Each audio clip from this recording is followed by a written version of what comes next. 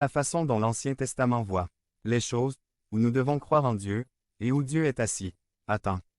Nous pour y croire, comme vous le savez tous, cette approche est erronée, car nous lisons ce matin que les portes de la maison où les disciples s'étaient rassemblés étaient fermées par peur des Juifs. Les disciples étaient enfermés, parce qu'ils craignaient pour leur vie, et qu'aucune croyance ne leur donnerait autrement le pouvoir. Cette simple croyance est fondamentalement une pensée New Age, et il y a un livre intitulé The Power of Positive Thinking de Norman Vincent Peale que j'ai lu il y a de nombreuses années et j'étais d'accord avec lui, mais après l'avoir lu, il me manquait totalement le pouvoir que la pensée positive était censée donner, et je suis sûr que je n'étais pas le seul.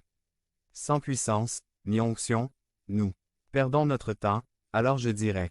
N'écoutez pas quelqu'un qui nous dit de croire simplement, ou comme le disent les évangélistes américains, croyez et recevez, ou doutez et partez. Faites-vous votre propre opinion là-dessus. Maintenant, regardons cette même approche de l'Ancien Testament, mais avec Jésus ajouté à l'équation. L'approche de l'Ancien Testament, mais avec Jésus jeté. Pour beaucoup de gens, Thomas est l'homme ultime, parce qu'il y a un peu de Thomas en chacun de nous, et en gardant cela à l'esprit, nous remarquons qu'il manque aussi d'autres choses à Thomas, et ce que Thomas a perdu.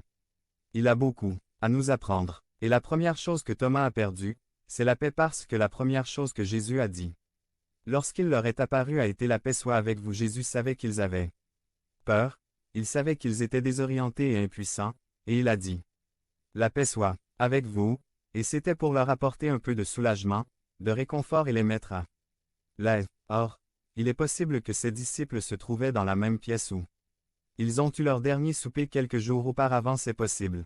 Et cette salle leur a peut-être rappelé ce que Jésus disait avant d'aller à la rencontre de ses accusateurs.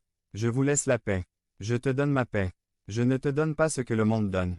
Ne laissez pas votre cœur se troubler, et n'ayez pas peur. Et rétrospectivement, il semble que Thomas ait raté tout cela, parce qu'il était inquiet, que la bénédiction de la paix ait dû lui tomber sur la tête, parce qu'il n'était pas en paix. Deuxièmement, Thomas a perdu un autre P. A paix pour le pardon, car après leur avoir accordé la paix, Jésus dit, si vous pardonnez les péchés de quelqu'un, il vous sera pardonné. S'ils retiennent les péchés de quelqu'un, ils demeurent.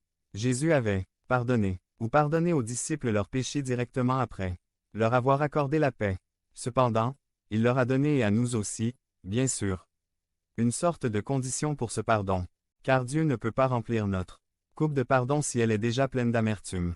Thomas a également perdu le pardon du Christ, car il n'y a une amertume dans son ton, une amertume de ne pas avoir rencontré le Christ ressuscité.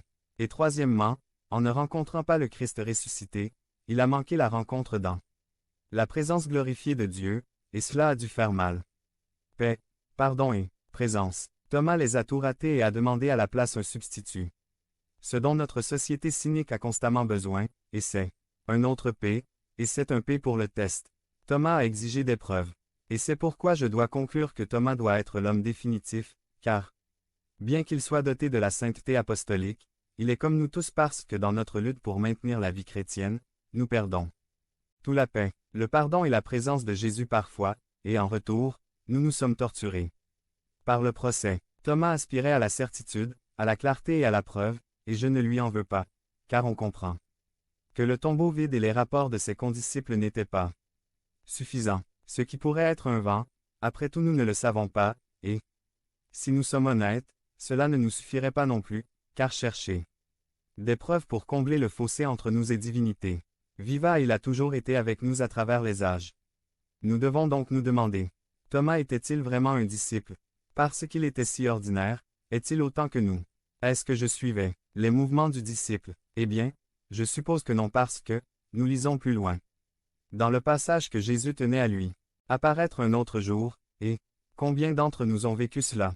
Et parmi les autres passages de ce matin, il y a un autre P que je dois mentionner et c'est pour permanence. Parce que la résurrection de Jésus a démontré la permanence incontestable de Dieu. Jésus était plus qu'un prophète, et plus qu'un enseignant. Il était plus qu'un roi. Il est le Fils permanent de Dieu.